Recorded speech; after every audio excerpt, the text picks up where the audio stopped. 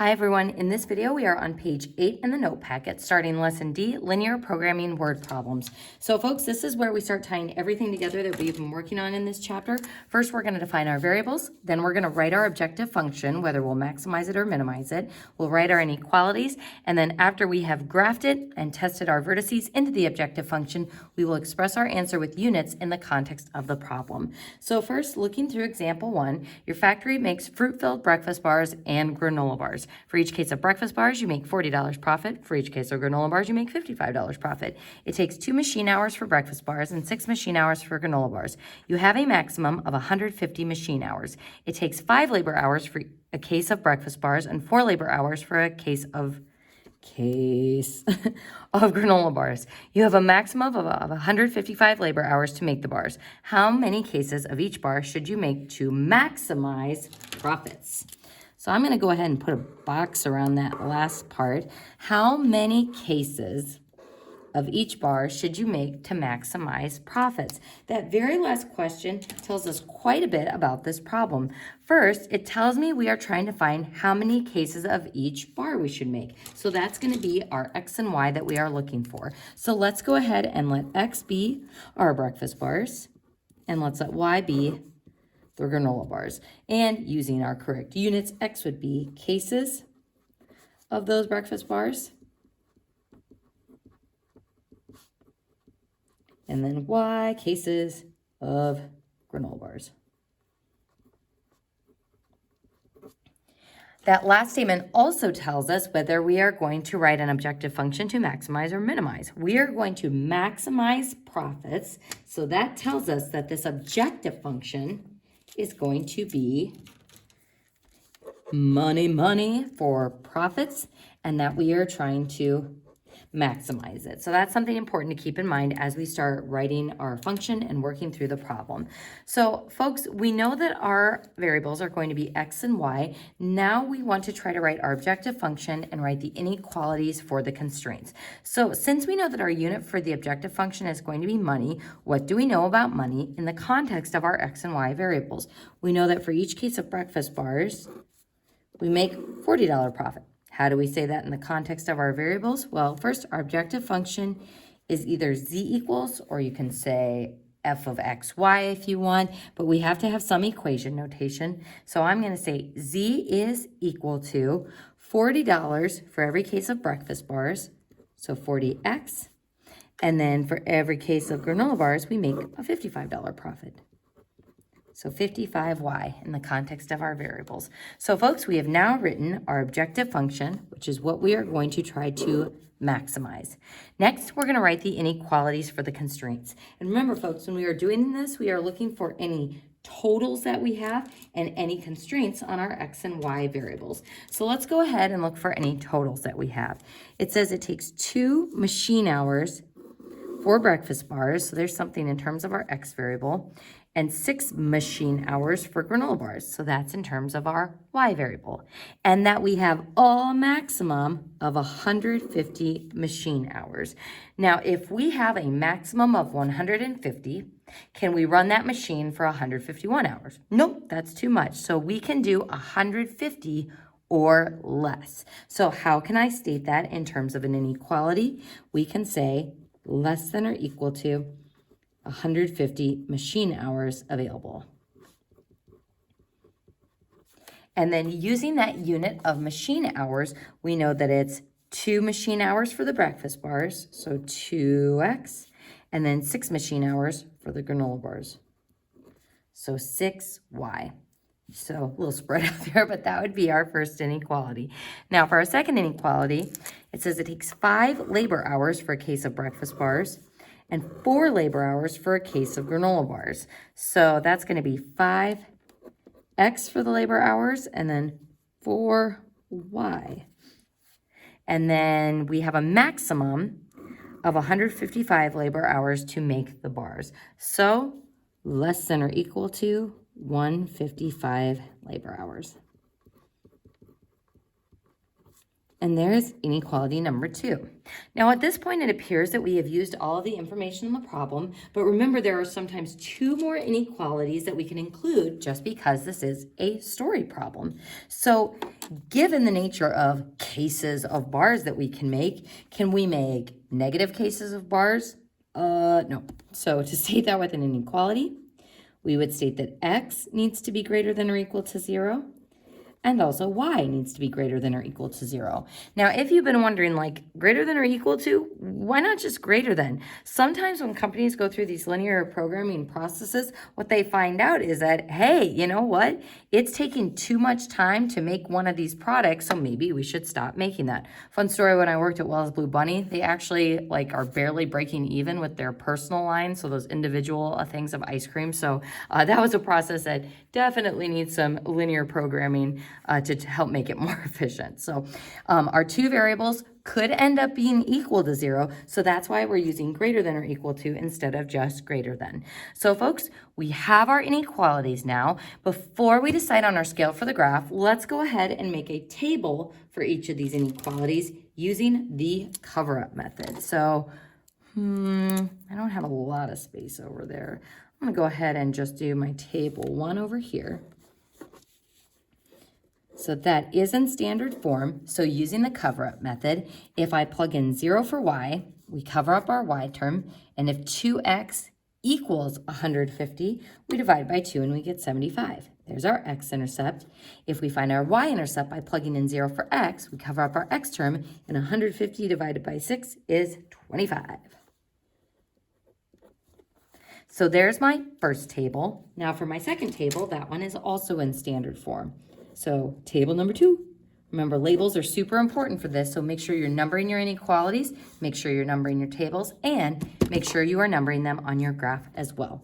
So folks, to find the x-intercept here, we cover up our y term, and if 5x equals 155, we divide by 5, and x is 31.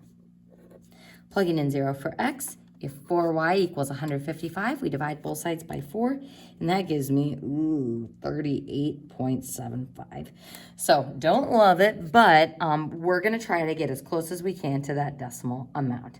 So what about inequality number 3 and inequality number 4? Well, I always use that Vex and Hay mnemonic device. So because this is a solo x equation, this will be a vertical line at 0. And because this is a solo y equation, this will be a horizontal line at 0. So looking at these scales, I have to get all the way up to 75, and kind of my smallest intercept is 25. So again, there are lots of different ways you can pick your scale for these folks, but I want to make sure that it's not too small of a feasible region and that my data is spread out enough so that I can easily see those vertex points. So I'm going to choose to go by 5s. So don't forget to state your scale when you before you start making your tick marks on there. So let's go ahead and start by plotting our first inequality, which has an x-intercept of 75. So 5, 10, 15, 20, 25, 30, 35, 40, 45, 50, 55, 60, 65, 70, 75. Over there-ish. And then my y-intercept, 5, 10, 15, 20, 25.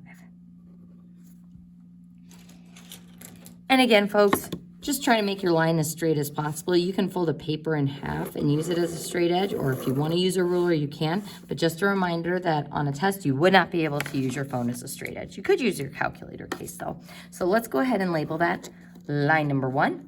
And in addition to just drawing the line, we also need to do a test point. So if I plug in 0 for x and 0 for y, is 0 less than or equal to 150? Sure is.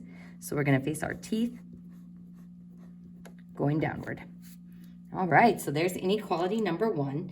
Now, inequality number 2, we have got 31 zeros, so 5, 10, 15, 20, 25, 30, and that's 35, so I'd say just a titch past the 30 tick mark.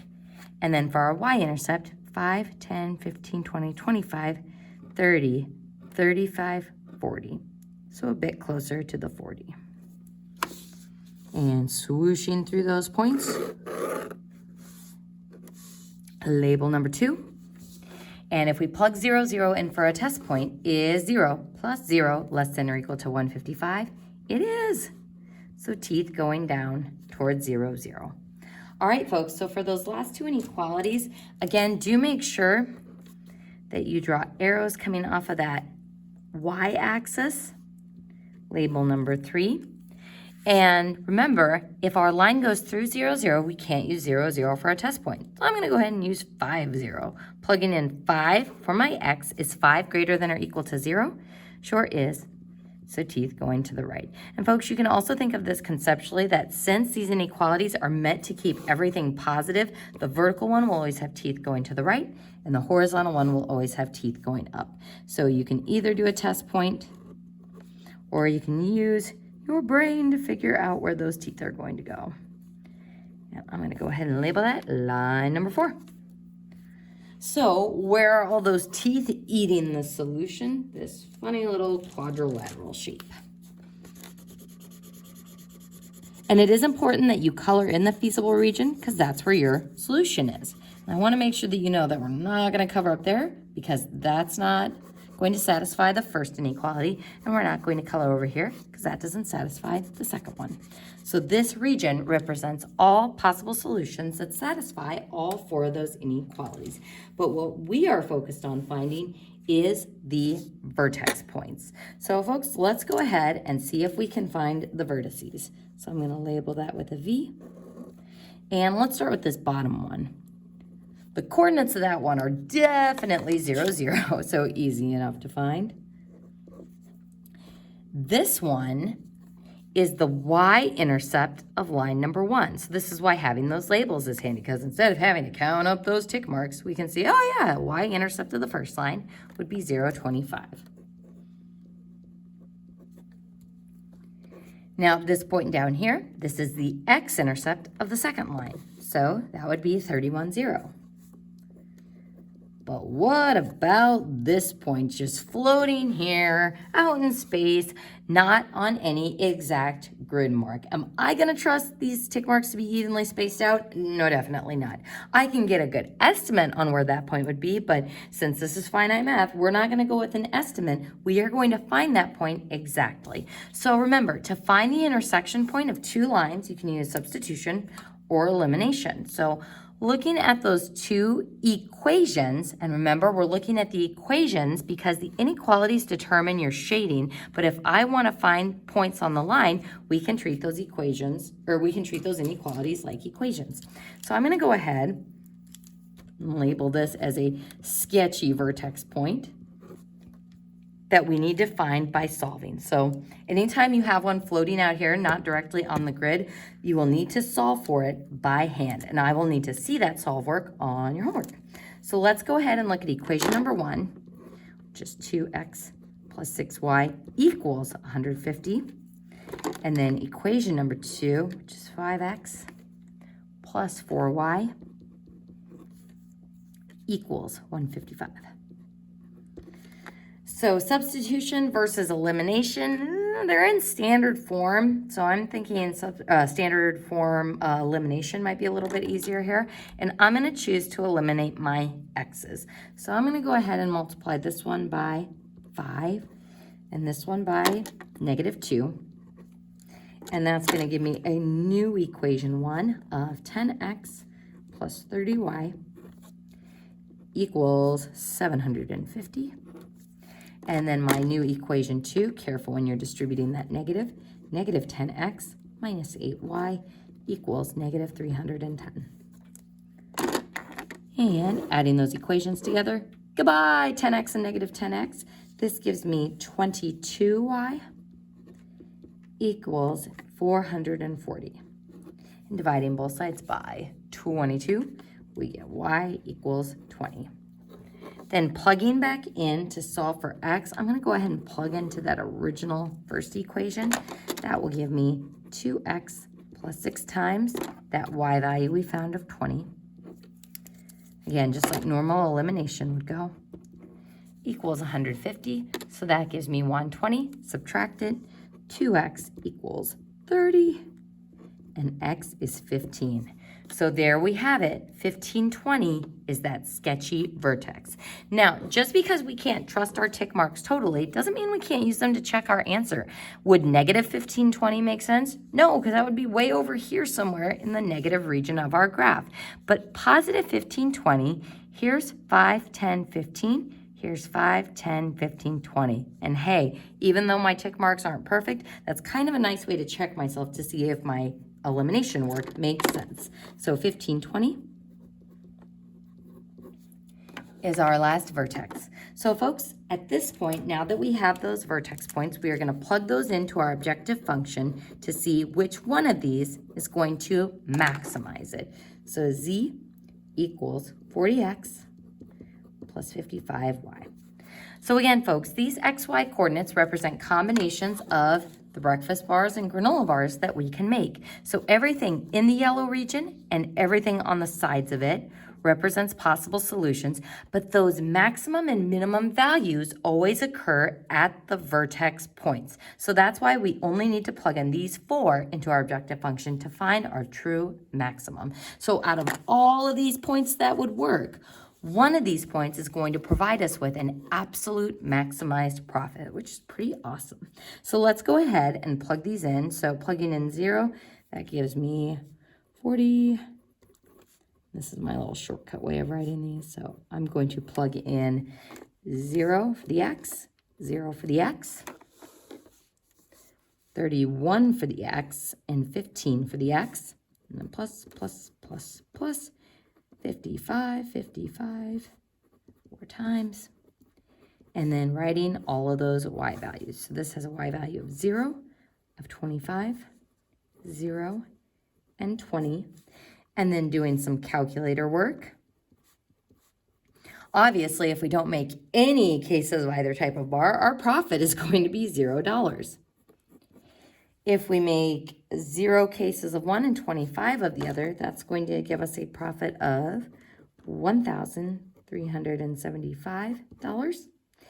31 cases of one, 0 of another. That will give me $1,240. And then lastly, $1,700.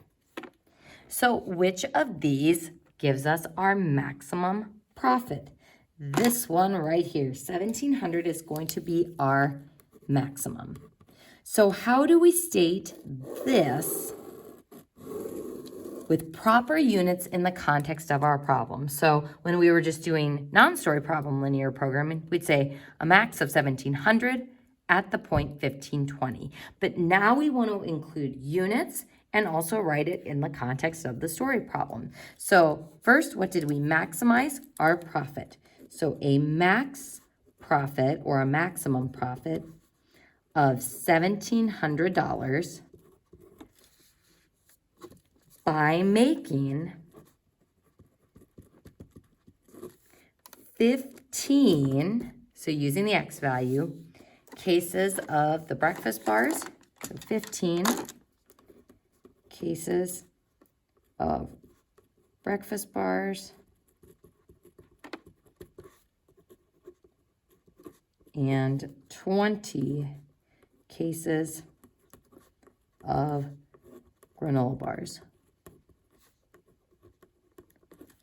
And congratulations, folks, you have now completed your first linear programming full story problem. So pretty awesome, an infinite amount of possible solutions in that feasible region, but we have found the one coordinate that will maximize our profits. So in the next video, we'll be taking a look at another linear programming problem.